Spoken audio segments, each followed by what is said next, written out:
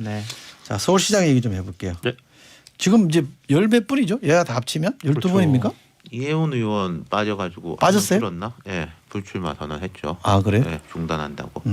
야당에서만 10명 정도. 야권. 그렇죠. 네, 10명, 11명. 그 이제 박영선 장관이 부상호. 이제 출마 선언하면 새로 들어오는 거니까 절대적으로 야당의 숫자가 많긴 한데 여야 막론하고 지금까지 초반에 뭐 그러니까 흐름을 보면 누가 제일 지금 잘하고 있는 거예요? 여론조사상으로 보면 안철수 대표가 어쨌든 선점했다라고 보여집니다. 선점 효과는 있는 것 같고. 기선제압. 어. 기선제압. 선빵을 그다음에, 잘 날렸어요.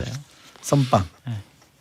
그다음 이제 나경원 전 의원 좀 역시 한번 나와본 사람 같다. 그러니까 뭔가 이제 어리둥절해 하지 않고 착착 준비된 자기 이제 준비대로 이제 진행하고 있는 것 같다. 뭐 정책도 그렇고 정치적 메시지도 그렇고 그걸 제가 뭐 다 동의한다 이게 아니라 아, 이 사람이 준비를 좀 했구나 이런 느낌. 오세훈 전 시장은 아직까지는 좀 갈팡질팡 우왕좌왕인데 근데 오전 시장도 시장을 한 경력이 있고 해서 좀 이제 뭐 자세를 찾지 않겠어요? 곧. 박영선 장관 같은 경우에는 이제 출마 선언을 했다고 봐야 되겠죠. 상당히 기대가 되는 부분입니다. 이 부분이 어쨌든 능력과 인지도 면에서 월등한 분이시고 또한 신년 여론조사를 보면 비호감도가 되게 낮아요. 확장성이 있다라고 보여집니다. 구도상 여론조사상 야권이 유리해 보이지만 박영선 장관이 본격적으로 언론의 주목을 받고 활동을 시작을 하면 현재의 구도 장담할 수가 없다라고 그러니까 보여집니다. 이게 저는 대통령하고 청와대 그까지 계산했는지 모르겠는데 엊그제 기자회견 같은 것도 박 장관한테 되게 유리한 판이 깔려져 있다라고 생각해요. 갈등상 같은 거 쳐놓고 당에다가 청와대는 코로나라든지 민생에 집중할 거다. 검찰 감사원 이런 거에는 우리 신경 안 쓴다고 해놨잖아요. 그럼 박 장관도 지금 중기벤처부 장관했고 뭐라고 말할지 모르겠지만 그 컨셉은 우리 같은 사람이 볼 때는 명확하게 나온 거 아닙니까? 여당 후보로서 힘 있는 후보고 능력 있는 후보고 그 컨셉을 잡기에 되게 좋아진 거죠. 만약에 대통령이 그 갈등 지수를 높이는 쪽으로 말해놨으면은 경선에서부터 아무리 서울시장 선거지만은 뭐 윤석열이 어쩌고 저쩌고 이런 이야기가 안 나올 수가 없는데 그걸 차단시켜 놓은 거는 박 장관한테 되게 좋은 거죠. 그러니까 흐름이 하여튼 여당에 좀 나빠 보이지 않는다는 생각이 들고 야당 같은 경우에는 저는 되게 혼란스럽고 난장판이 돼가는 거 아니냐라는 생각이 들어요. 김종인 위원장은 이제 얘기를 하는 거죠. 안철수 너 우리 당에 들어와서 통합 경선 해. 무슨 밖에서 해라고 하니까 안철수 대표가 이제 어제 아니 그냥 플랫폼 좀 열어놓으세요. 난 당원이 아니더라도 나는 국민의힘 그 경선에 난 참여하고 싶습니다라고 했잖아요. 거기다가 이제 뭐 생뚱맞는 소리 일축해 버렸어요. 김종인 위원장이. 저는요 이거 큰일 났다라는 생각이 들어요. 그러니까 막 두드러 패고 있잖아요. 이제 안철수를.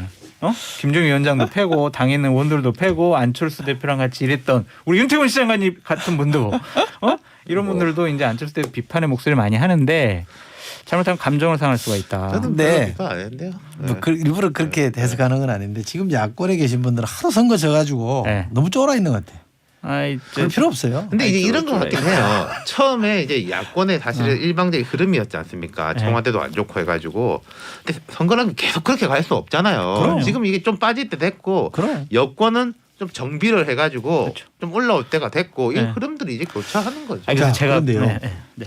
김동연 전 경제부총리는 서울시장 출마 안 한다고 얘기하면서 무슨 세력 교체를 얘기하던데 이번에 구상은 뭐예요? 이거는요 제가 딱 정리해 드릴게요. 여당하고도 정치 안 하고 야당하고도 정치 안 한다. 그건 뭐 어떻게 하는 거예요? 나는 정치를 하는 거예요?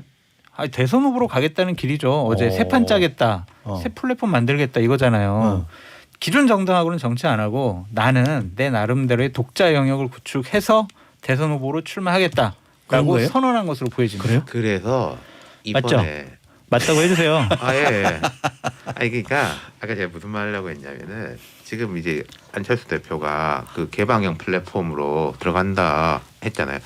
그 이야기 안철수 대표 처음 한 게 아니라 원래 국민의힘에서 뭐 이제 디비전 경선이냐 원샷이 더 좋다. 김종인 대표 공식적으로 말 안 했다 뿐이지 그런 이야기 다 많이 했었어요. 그게 뜬금없는 소리는 아닌데 근데 이걸 좀 관심 있게 보는 사람들이 김동연 네. 그리고 윤석열 총장까지는 모르겠고 윤석열이 정치해야 된다라고 생각하는 사람들이 이 판이 어떻게 가는지 그럼요. 모델이 될 수 있으니까 대선 때 유심히 보고 있더라고요. 그 김동연 부총리 관련해서 한 말씀드리면 3주 전에 국민의힘에 최종적으로 통보를 했대요. 저는 이번에 서울시장에 나가지 않습니다. 여당이든 야당이든. 그러니까 어제 그런 얘기 했잖아요. 여러 곳으로부터 제안을 받았지만 나는 이번에 안 하기로 했습니다라고 한 게 국민의힘에서도 상당히 영입을 아주 중점 들여서 했었고 3주 전에 안 나가겠다고 통보를 받았어요. 그렇기 때문에 서울시장보다는 어쨌든 대선 후보의 길을 갈 것이다. 그러면 대선 주자로서의 경쟁력은 어떻게 보세요? 없죠. 없다. 없잖아. 대선 후보로도 지금 인정 못 받고 있고 여론조사에서도 없고. 네, 이건 저 보는 게 서울시장 선거에서 여당이 이기면 오히려 야권 내지 삼지대발 빅뱅이 벌어질 수도 있을 것이다. 그렇죠. 김동연, 윤석열 이런 사람들의 몸값도 뛰고 그 사람들도 한번 해볼까 싶을 거예요. 그러니까 이제 여당이 이기면. 대선 주자가 되기에는 전 대개 7가지 조건이 있다고 보여지는데 그렇게 많아요? 7가지 다 얘기할 수는 없고 어쨌든 확고한 지역적인 기반도 있어야 되고 대중적인 인지도와 지지도도 있어야 되고 네. 매니아층이 있어야 돼요. 그런데 그런 것들이 아직은 상당히 부족해 보인다. 운이 있는지 없는지는 살펴봐야 한다라고 말씀드립니다. 알겠습니다. 제가 좀 이해가 잘 안 돼서요. 원고 엮는 얘기를 우리 소장님한테 한번 질문 드려볼게요. 사면 안 된다 그랬잖아요, 대통령이. 네. 근데 주호영 원내대표가 네. 이런 얘기를 했어요. 전직 대통령이 되면 본인이 사면의 대상이 될지도 모른다. 지금 대통령한테 한 얘기예요. 이렇게 얘기해야 돼요? 과했죠. 적절하지 않은 발언 같습니다. 이렇게 얘기 안 해도 될 것 같은데. 현직 대통령에 대한 예의는 좀 차렸으면 좋지 않았을까라는 생각이 듭니다. 부적절했다라고 말씀드립니다. 뭐 매우 부적절하죠. 이게 그렇게 말하면 안 되는 거고 그리고 전 약간 실리적으로 볼 때도 이 사면론으로 해가지고 사실은 여권에 좀 분란이 났잖아요. 그쪽이 이제 불을 지피는 게 낫지. 오늘 아침에 보니까 뭐 이 주호영 원내대표 발언에서 전부 다 신났더라고요. 딱 잡았다 해가지고 여당이 오히려 일치 단결하는 주호영 공격으로 그런 빌미를 준 거죠. 그것도 여당은 좀 따끔하게 누군가 한 사람이 얘기하고 나머지는 대통령 멘트와 관련해서 기자회견 관련해서 성찰할 대목이 많은 것 같던데. 지금 아주 성찰할 대목이 많죠. 아주 많죠. 우리 실장님은 듣고 싶었던 얘기를 대통령 기자회견에서 다 들었어요? 상당 부분. 어, 네. 어. 그러니까 저희가 이제 계속 그런 이야기를 했었고 연말부터 이게 청와대 인사 나눈 거 보면서 좀 기류가 바뀌는 것 같다. 좀 갈등 지수를 낮추고 여론을 수렴하는 쪽으로 가는 것 같다. 청와대가 그 부분대로 간 거고. 근데 제가 그때도 이해가 안 됐던 것은 청와대는 분명히 그런 시그널을 보내는데 추미애 장관이라든지 당에서 뭐 윤석열 탄핵 저분들은 왜 그러는 걸까? 내가 잘못 알고 있는 걸까? 혹시 청와대를 잘못 읽고 있는 걸까라 싶었는데 엊그제 기자회견에서 뭐 답이 나왔죠. 그러니까 여당이 예를 들면 추경 갈등을 해서 막 퍼붓잖아요. 그렇죠. 윤 총장한테. 네. 근데 대통령은 문재인 정부의 검찰총장이고 정치한다고 생각 안 한다 이렇게 선을 그었잖아요. 그럼 뭐가 좀 다르잖아요. 그렇죠. 그럼 그 소통 안 해요? 양쪽이? 그거는 왜 저한테 물어보는 제가 어떻게 알아요? 아니 거기다가 예를 들어서 임종석 전 비서실장이잖아요. 맞아요. 불과 며칠 전에 최재형 감사원장에 대해서 이제 냄새가 난다. 좀 거칠게 그것도 비판했죠. 이제 뭐 윤석열, 최재형까지는 뭐 그럴 수 있는데 정광훈의 냄새가 난다.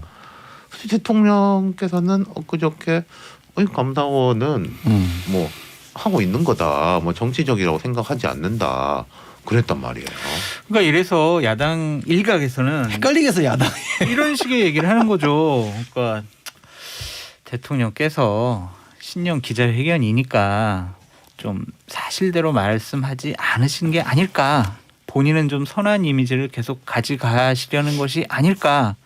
라는 그분 스타일이 그렇지는 않죠. 추측을 좀 저도 하고 그렇게 있죠. 생각 안 해요. 대통령이 제 원래 얘기가 아니라 그런 일각에서 약간 그렇게 그렇게 막 분석을 내놓는다. 복잡한 수를 쓰는 스타일이 아닌 거는 뭐 다들 알지 않습니까? 맞아요. 그리고 네. 두 번째는요. 만약에 속마음 그렇게 하더라도 말을 하면 그 말이 규정되는 거예요. 그렇잖아요. 엊그제 그렇게 이야기를 했는데 뭐 싹 바꿔가지고 하면은 청와대가 엄청나게 더 압박을 받게 되는 거죠. 그렇게 가겠어요? 그렇죠. 그리고 뭐 윤석열 총장이 뭐 정치 안 할 것 같다. 뭐 그런 말씀하신 것들은 그건 바람인 것 같아요. 바램. 네, 정치하지 말아라라는 생각. 너는 문재인 정권의 검찰총장이니 정치하지 말아라. 부담된다. 그런 속내가 읽혀지는 것 같고요. 그런 속내는 동의하세요? 추론. 글쎄요. 뭐 동의한다고 안 해도. 했으면 좋겠다까지는 있겠죠. 사실은. 약간 우리가 그런 것까지 요즘 애들 있겠죠. 표현으로 공예질을 좀 해보면 근데 이제 전반적으로 대통령께서 5년차 마지막 기자회견을 하셨잖아요. 네. 힘들어 보였어요. 네. 그냥 여러 가지 네. 진짜 되게 힘들어 하시는구나. 답변하시는구나. 또 답변하시는 내용들 되게 많이 힘들어 보였다라는 생각인데 그 이유가 어쨌든 본인이 처음 취임 초에 하셨던 얘기들 지금 와서 해보니까 생각해보니까 내가 약속을 지키지 못한 부분도 있고 잘 진행되지 않은 부분도 있고 그래서 힘들어하셨다라는 생각이 듭니다. 대통령이라는 사람이 참 고단하기도 하죠. 그러니까요. 제가 청와대 출입 기자들하고 좀 이야기를 해봤어요. 좀 오래된 친구들은 그런 말을 하더라고요. 작년에 이 기자회견 때 대통령이 조국 전 장관에게 마음의 빚이 있다. 근데 그 내용은 기자들이 되게 마음에 안 들었는데 근데 그때 대통령의 좀 뭔가 좀 힘이 있고 그런 모습이었는데 이번 기자회견은 그런 갈등을 낮추는 것은 내용적으로는 잘했다라고 생각을 하는데 좀 뭔가 장 소장님 말씀하신 것처럼 좀 이제 힘이 빠져 있는 느낌이었다. 안타깝더라고요.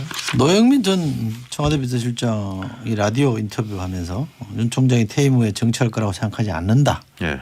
이렇게 전망했던데 이것도 희망사항이에요?